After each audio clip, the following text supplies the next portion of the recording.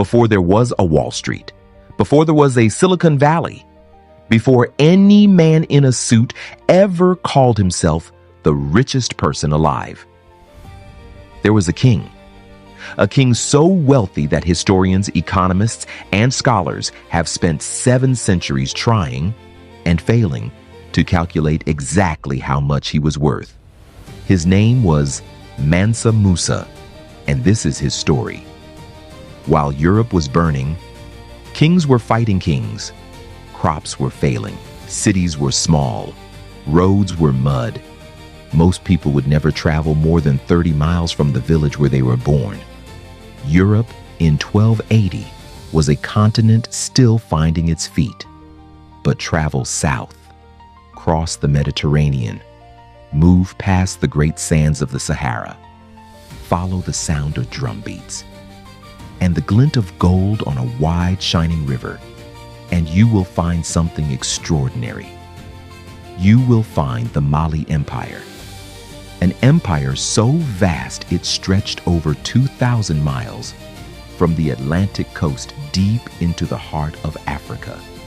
An empire of towering mud brick cities, bustling marketplaces, trade routes connecting West Africa to Egypt, to Arabia, to the courts of Persia. While Europe stumbled in the dark, West Africa was building something the world had never seen. And at the heart of it all, gold. Rivers of it, mountains of it, more gold than any kingdom in the known world. Caravans stretched across the Sahara for hundreds of miles, merchants carrying gold north to Egypt, silk and salt flowing south in return. The Mali Empire did not just trade gold, it controlled gold. It was the gold. The Mali Empire was not built overnight. Its roots stretch back to a warrior king named Sundiata Keita, a name still spoken with reverence across West Africa today.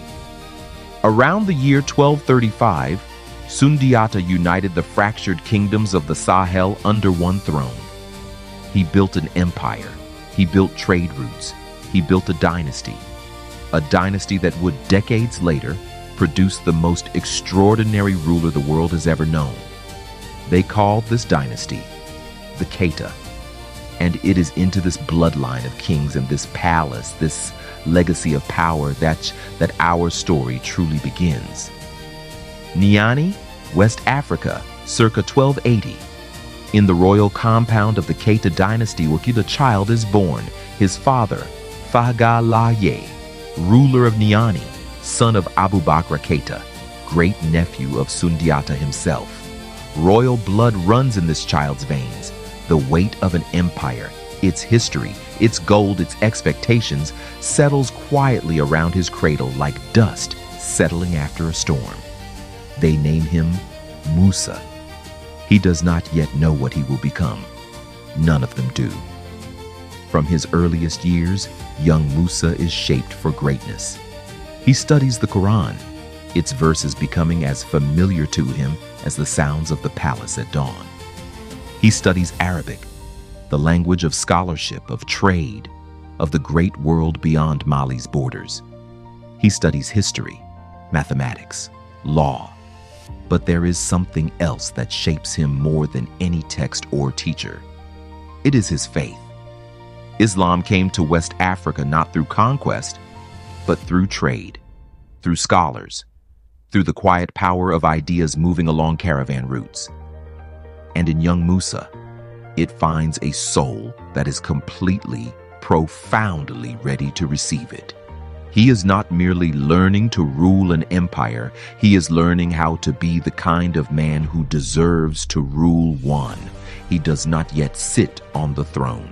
He is not yet the emperor, not yet the man who will shake the world, but the foundation is being laid. The gold is being mined. The caravans are moving. The scholars are teaching. The faith is deepening. And somewhere in a palace in Niani, a young prince is studying by lamplight, not yet knowing that one day every map maker in Europe will draw his face on their maps of the known world. not yet knowing that he will walk 6,000 miles across a continent, not yet knowing that his arrival in Egypt will crash its economy for 12 years, not yet knowing that 7 centuries from now, people will still speak his name in hushed, reverent tones. His name is Musa Keita. And next week, we tell the story of how the ocean swallowed an emperor and a reluctant young man inherited the most powerful throne on earth. If you found this story as extraordinary as we did, subscribe. Leave a comment below telling us what you knew about Mansa Musa before watching this video, because we are just getting started.